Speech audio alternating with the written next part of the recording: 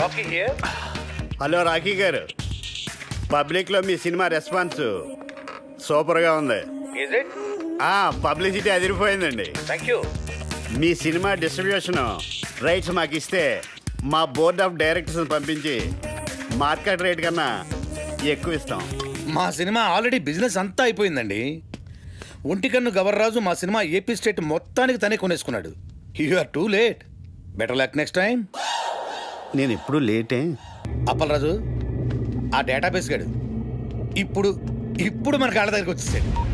Rocky గారు, ఒంటికన్ గవర్రాజు మన cinema కొనట్లేదు, ఆ బాబుగాడి సినిమా కొంటున్నట్ట. ఇది మనం ట్రాప్ చేయడం కోసం ఆ వై వెంకట్ బాబుగాడు గవర్రాజు కలిపి ఆడిన పన్నాగం. మరి ఇప్పుడు మన సినిమా రిలీజ్ ఎలా సార్? పోనీ మనం వేరే డిస్ట్రిబ్యూటర్తో ఎవరితో మాట్లాడితే? ఆ ఒంటికన్ను గవర్రాజు కొనలేదంటే మన సినిమా వేరే డిస్ట్రిబ్యూటర్ ఎవడు కొనడయ్యా. కేవీ రెడ్డి గారు, బిఎన్ రెడ్డి గారి కాలంలో ఇలాంటి నమ్మక ద్రోహాలు వెన్నుపోట్లు ఉండేవి కాదు సార్. ఈ సినిమా రిలీజ్ అవ్వకపోతే ఎంత వర్క్ చేసినా వర్క్ వేస్ట్, టైం వేస్ట్. అండలమ్మ తల్లి, నీకు 100 కొబ్బరికాయలు కొడతాను. ఎలాగే నై సినిమాని రిలీజ్ చేయమ్మా. సార్ మనం ఇప్పుడు ఏం చేయాలి సార్? ఆ డేటాబేస్ గడే గతి. బాగా ఆలోచించిన తర్వాత ఆ ఒంటికన్ను గవర్రాజు కంటే ఈ సినిమా రిలీజ్ చేయడానికి మీరే కరెక్ట్ అనిపించి ఈ సినిమా మీకే ఇద్దామని డిసైడ్ చేశాను.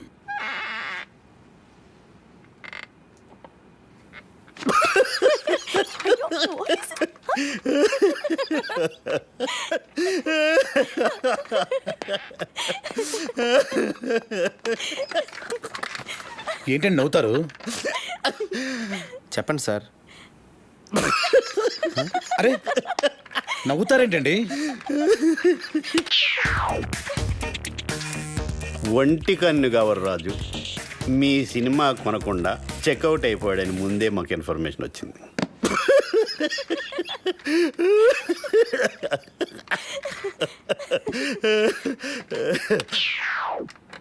ఆయన కొన్న సినిమా మేము కొని రిలీజ్ చేయాలంటే స్టేట్లో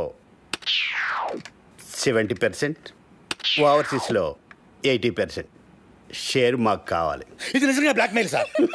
దిస్ ఇస్ బ్లాక్మెయిల్. సినిమా అంటేనే చీటింగ్. రిలీజ్కి ముందు తీసేవాడిని చీట్ చేస్తారు, రిలీజ్ అయ్యాక చూసేవాడిని చీట్ చేస్తారు.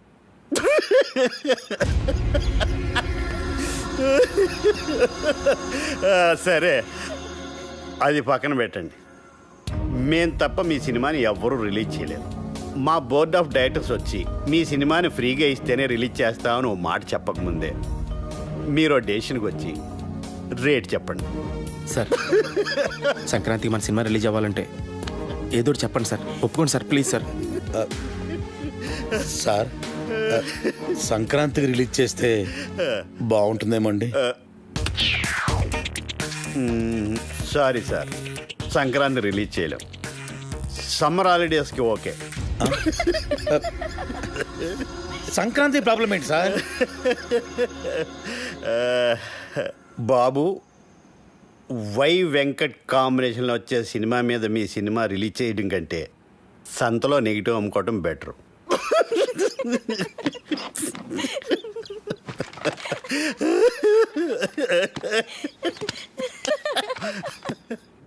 నా సినిమా రిలీజ్ డేట్ ఫిక్స్ చేయడానికి డేటాబేస్ కడేవాడు. నేను ముందే చెప్పాను కదా మన సినిమా సంక్రాంతి రిలీజ్ చేయాలని. ఆడు తప్పితే మీకు వేరే డిస్ట్రిబ్యూటర్ దొరకలేదా?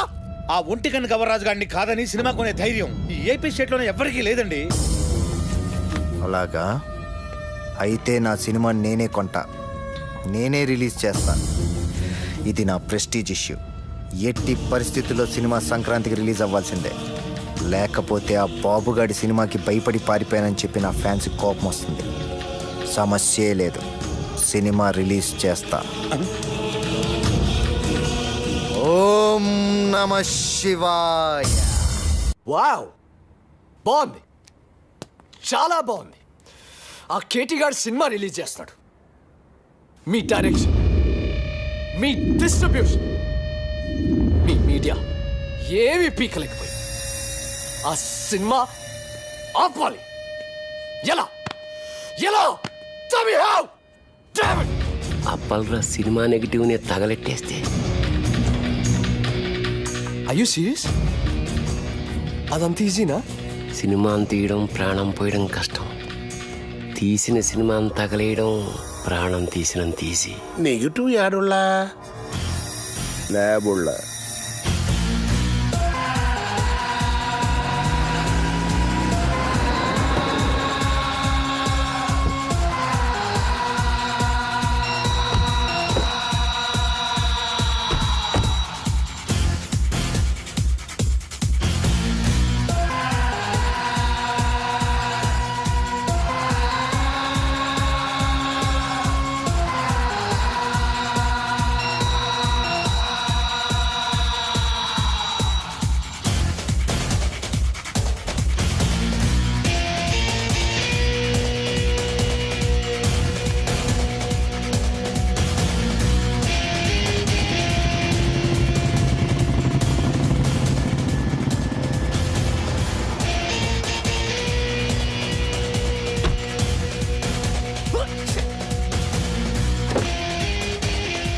అన్నొచ్చారా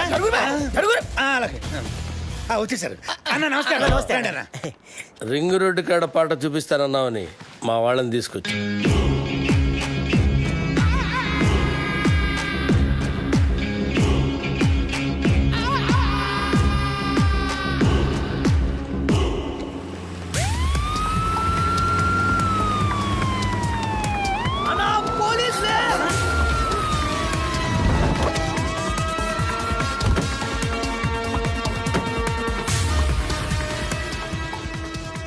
గన్ అన్నా మనం ఎందుకు దాక్కున్నాం రా? నాకేమెరికనా నువ్వు దాక్కున్నావా నేను దాక్కున్నా?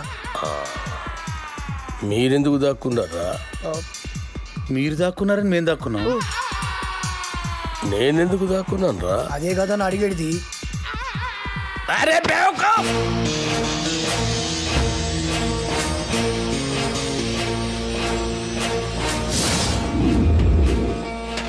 అందరూ వచ్చారు. రింగ్ రోడ్ సాంగ్ త్వరగా వెతకండి.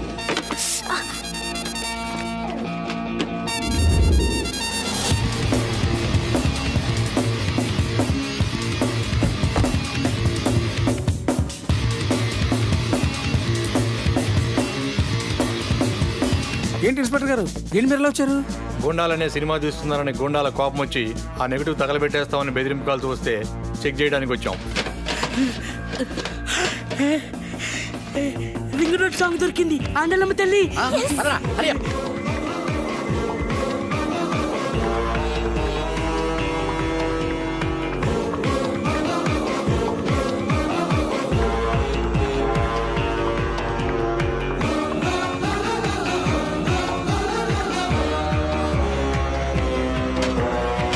ఈ రింగ్ రోడ్ కాడ సాంగ్తో బాబుగాడి కెరియర్ ఫినిష్.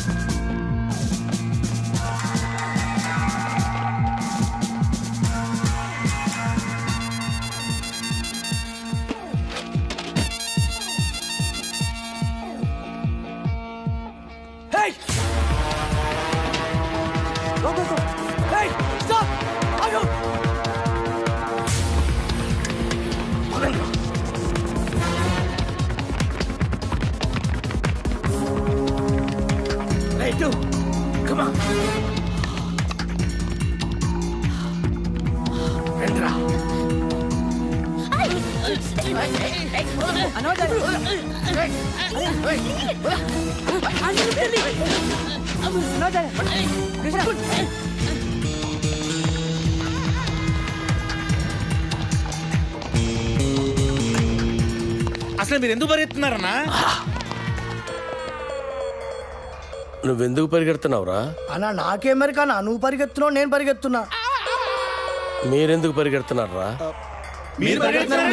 సార్ మరి నేనెందుకు పరిగెడుతున్నాను? ఏ కాదని అడిగడిది.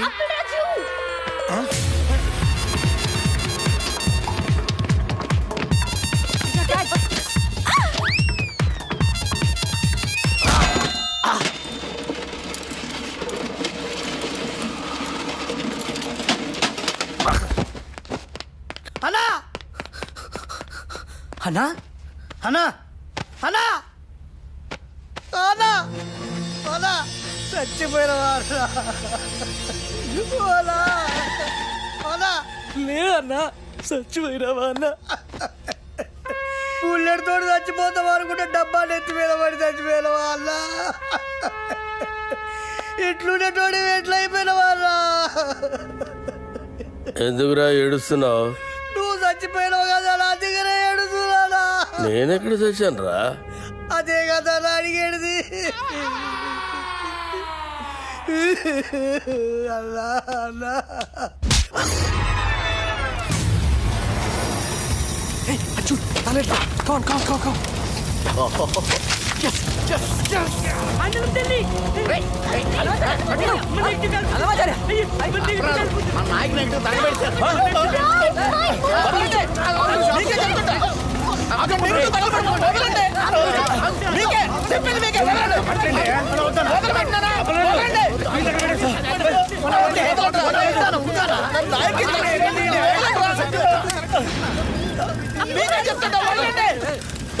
నా నాయకి సినిమా తగలబెట్టేశారు. అరే ఇది మీ నాయక్ సినిమా నెగిటివ్ కాదండి బాబు. రామ్ గోపాలవరం తీసిన కథ, స్క్రీన్ ప్లే, దర్శకత్వం అప్పలరాజు నెగిటివ్. జ్ఞానం మీదేమో అప్పలరాజు రాసి ఉంటే వాళ్ళు ఏమో కన్ఫ్యూజ్ అయిపోయి తగలెట్టేశారు ఇక్కడ.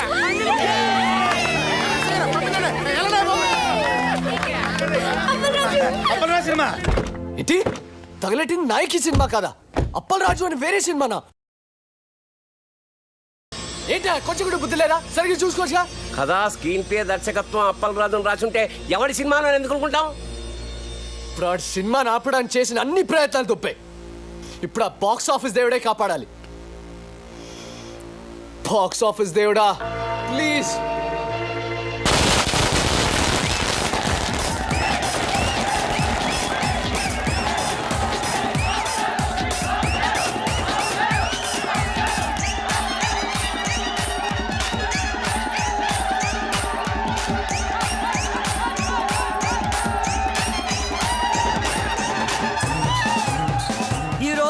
రెండు పెద్ద సినిమాలు బాక్సాఫీస్ ముందు పోటీ పడ్డాయి. అందులో ఒకటి బాబులకే బాబైన బాబు గారు ప్రముఖ దర్శకుడు వై వెంకట కాంబినేషన్ లో వచ్చిన ప్రాణం తీస్తా, మరొకటి కేటీ కనిష్కల క్రేజీ కాంబినేషన్ లో కొత్త దర్శకుడు అప్పలరాజు దర్శకత్వంలో వచ్చిన నాయకి.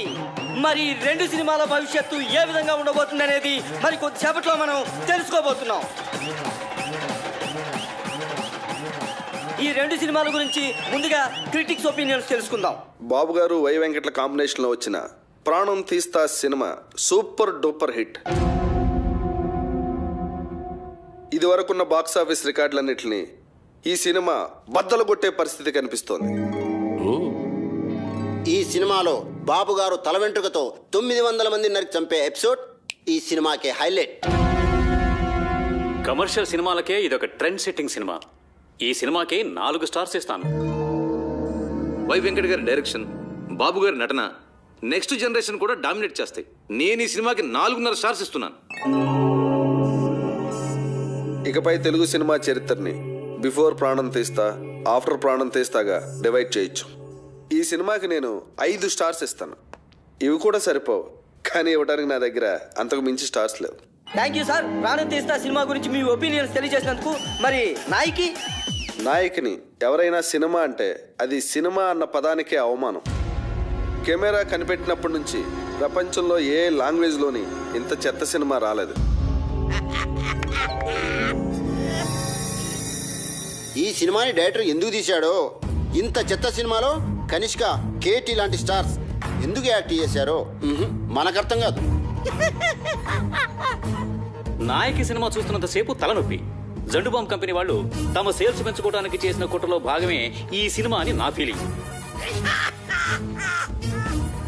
ఈ సినిమాలో హీరో ఓ సిచ్యువేషన్ లో ఆత్మహత్య చేసుకుని చచ్చిపోతే బాగుంటుంది అనిపిస్తుంది. కానీ అంతలోనే హీరో ఐటెం గర్ల్ తో కలిసి పాట పాడుతూ ఉంటాడు. అబ్బే లాజిక్ లేదు. ఈ సినిమాలో రెహమాన్ శర్మ చేసిన పాటల కంటే ట్రైన్లో అడుక్కునే వాళ్ళ పాటలు బాగుంటాయి. ఎవడో శ్రీశైలం అంట, వాడు రాసిన లిరిక్స్ కి అర్థం వాడికన్నా అర్థం అవుతుందో లేదో. ఒక పల్లవి లేదు, ఒక చరణం లేదు, అసలు లిరిక్స్ నాయకి అని పేరు పెట్టినందుకు శ్రీజాతికి అవమానం. కేటీ ఇక విలన వేషాలు వేసుకోవాల్సిందే. సినిమాని ఎలా తీయకూడదు అనే దానికి ఎగ్జాంపుల్ గా ఈ నాయకి సినిమాని ఫిల్మ్ ఇన్స్టిట్యూట్ కోర్సుల్లో పెట్టే అవకాశం ఉంది. ఈ సినిమాని టికెట్ లేకుండా ఫ్రీగా షో చూపించిన జనం థియేటర్కి రారని ఒక అంచనా. ఈ సినిమా చూసిన వాళ్ళకి టైం వేస్ట్, తీసిన వాళ్ళకి డబ్బులు వేస్ట్, యాక్ట్ చేసిన వాళ్ళకి డేట్స్ వేస్ట్, టోటల్గా ఈ డైరెక్టరే వేస్ట్. అప్పలరాజు తిరిగి అమలాపురం వెళ్ళిపోవడం తప్ప వేరే దారే లేదు. నా రేటింగ్ 1.5. నేను ఒక్క స్టార్ ఇస్తా. నేను 1/2 స్టార్ ఇస్తాను. నేను ఈ సినిమాకి స్టార్స్ ఇవ్వను. అరా ఈ సినిమాకి స్టార్సా?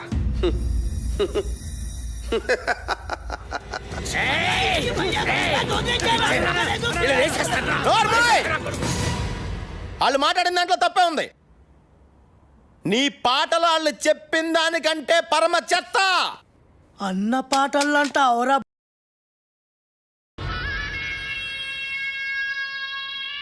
ఏంట్రా నా పాటలే బాగలేమంటావురా? నాకు దిమాగ్ ఖరాబ్ అయిందంటే చంపేస్తాను. ఓకే, నీ ముఖానికి పాటలు కావాలరా? చెత్త చెత్త చేసావు నా సినిమాని. రై లే, నువ్వు నీ ముఖానికి నువ్వు హీరో. ఐటమ్ సాంగ్ వద్దురా మగడా నెత్తి నోరు కొట్టుకుని చెప్తున్నా వినకుండా పెట్టించావు. చూడు ఇప్పుడు ఏం జరిగిందో. అది కాదు అప్పలరాజు. సెక్స్ సినిమాలు తీసుకునే నువ్వు నా నాయకిని కూనీ చేయడానికే పుట్టావురా. నీకు తోగ్గాడుంటాడు ఆడెక్కడా? రాయ్ ఇలా రా. ఈడో పెద్ద క్రియేటర్లా పోజు పెట్టి అడ్డమైన సలహాలు నాకు చెప్పి నన్ను ప్రతి విషయంలోనూ కాంప్రమైజ్ చేయించి అసలు నా సినిమాలో ఏవైతే ఉండకూడదని నేను అనుకున్నానో అవన్నీ పెట్టించి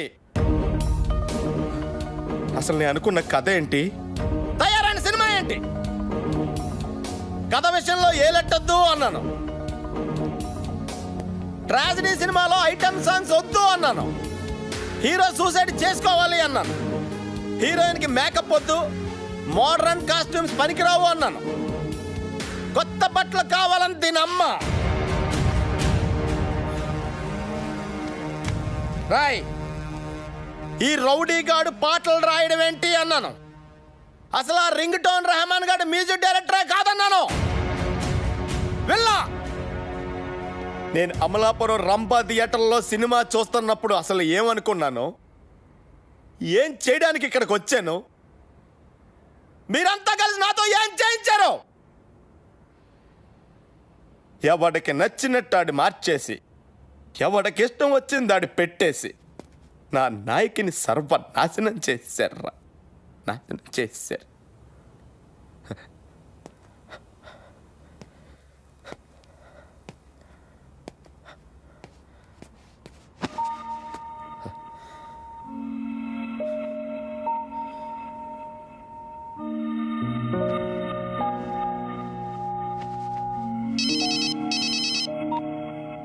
హలో రాఖీ గారు, కంగ్రాట్స్. మీ సినిమా సూపర్ డూపర్ హిట్. బాబు గారు యాక్ట్ చేసిన ప్రాణం తీస్తా డిజాస్టర్. దానికి షోకి కలెక్షన్లు పడిపోతున్నాయట. మన సినిమాకి షోకి కలెక్షన్లు పెరిగిపోతున్నాయట. బ్లాక్ లో మన సినిమా టికెట్ 1000 రూపాయలకు కూడా దొరకటం లేదట. రిపీట్ ఆడియన్స్, జనం గోల, కేకలు, అరుపులు. ఏమండి, మేము అసలు డల్ మూడ్ లో ఉంటే మధ్యలో మీ జోక్స్ ఏంటండి? జోక్ ఏంటండి? మీరు టీవీ పెట్టుకోండి, మీకే తెలుస్తుంది.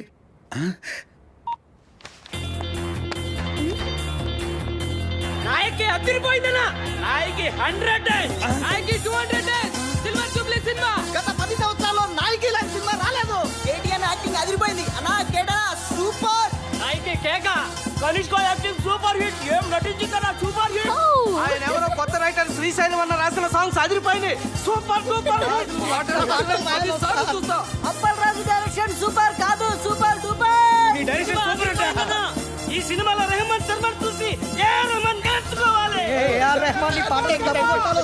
10 సంవత్సరాలుగా రింగు రోడ్డు లాంటి పాట రానేలేదు. రింగు రోడ్డు కాడ పోసి రంగనాయకి ఐటమ్ సాంగ్ ఉంటేనే సినిమా సూపర్ డూపర్ హిట్ అవుతుందని చెప్పానా? నేను మోడర్న్ డ్రెస్ వేస్తేనే జనం చూస్తారని చెప్పానా? రింగ్ రోడ్ సాంగ్ చెప్పానా? సిచ్యువేషన్ లేని సాంగ్ హిట్ అవుతుందని చెప్పానా? సినిమాకి లాజిక్ అక్కర్లేదని చెప్పానా? హీరో సూసైడ్ చేసుకోపోతేనే సినిమా సూపర్ హిట్ అవుతుందని చెప్పానా? ఆడియన్స్ కి బార్ డాన్స్ లే కరెక్ట్ అని చెప్పలే? కొత్త రకం స్క్రీన్ ప్లే వద్దని చెప్పానా? ఆంగ్లం తెలుగు సినిమా ఇచ్చేస్తారని చెప్పాను కదా సార్. నాకు నచ్చితేనే హిట్ అని చెప్పానా? చెప్పావు. నేనేం చెప్పలేదే.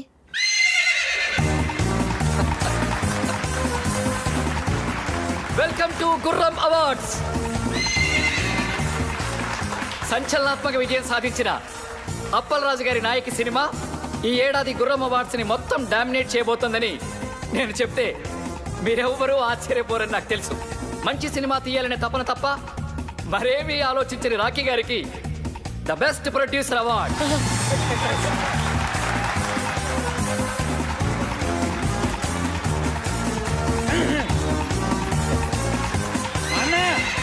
నీకోసం. Thank you. చావు పాటని పుట్టిన పిల్లాడి అరుపుతో రీమిక్స్ చేసి ఆల్ టైమ్ మ్యూజికల్ హిట్ చేసిన సంగీత బ్రహ్మ రెహమాన్ శర్మ గారికి best music award.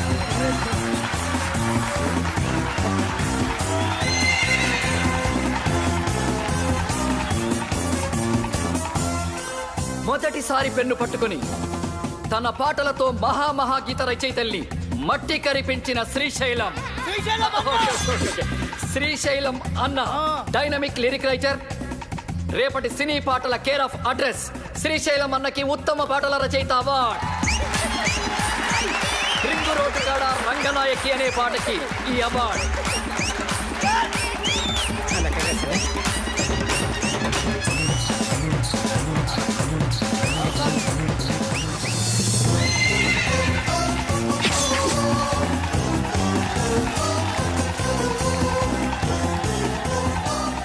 Routine steps తో విసిగిపోయిన ప్రేక్షకులకి ఓ బార్ డాన్స్ ఊపుతో కొరియోగ్రఫీ చేసి డాన్స్ లో కొత్త ట్రెండ్ ని క్రియేట్ చేసిన మన సరళక్కకి best choreographer award.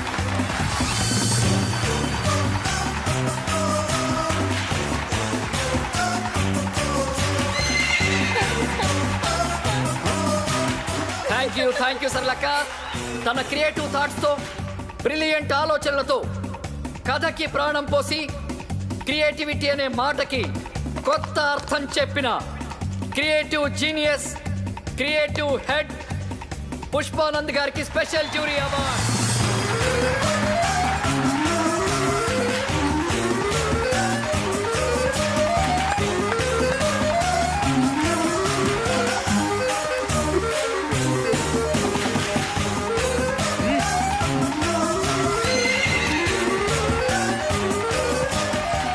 Double star KT గారు ఎరగదీసి చేసిన క్యారెక్టర్ గాను ఏమాత్రం కన్సిస్టెన్సీ తగ్గకుండా పర్ఫెక్ట్ గా పర్ఫార్మ్ చేసినందుకు గాను ఈ మేటి బెస్ట్ పర్ఫార్మెన్స్ అవార్డ్ కేటీ గారికి.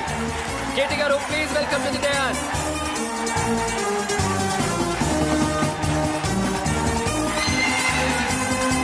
కేవలం గ్లామరే కాదు, అద్భుతమైన పర్ఫార్మెన్స్ కూడా చేయగలను అని నిరూపించుకున్న బెస్ట్ హీరోయిన్ కనిష్క గారికి బెస్ట్ హీరోయిన్ అవార్డ్.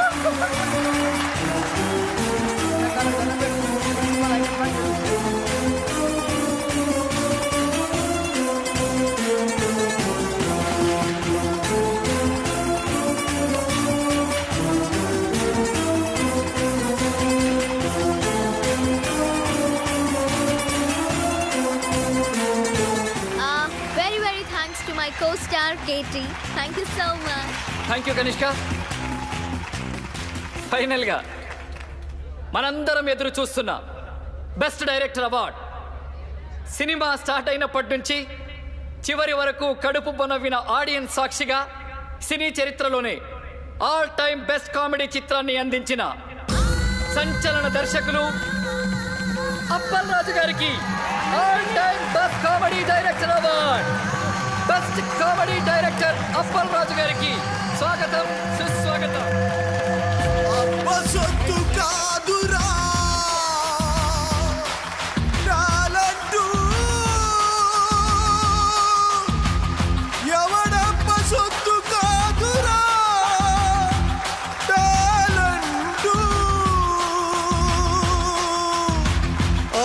సొత్తు కాదురా.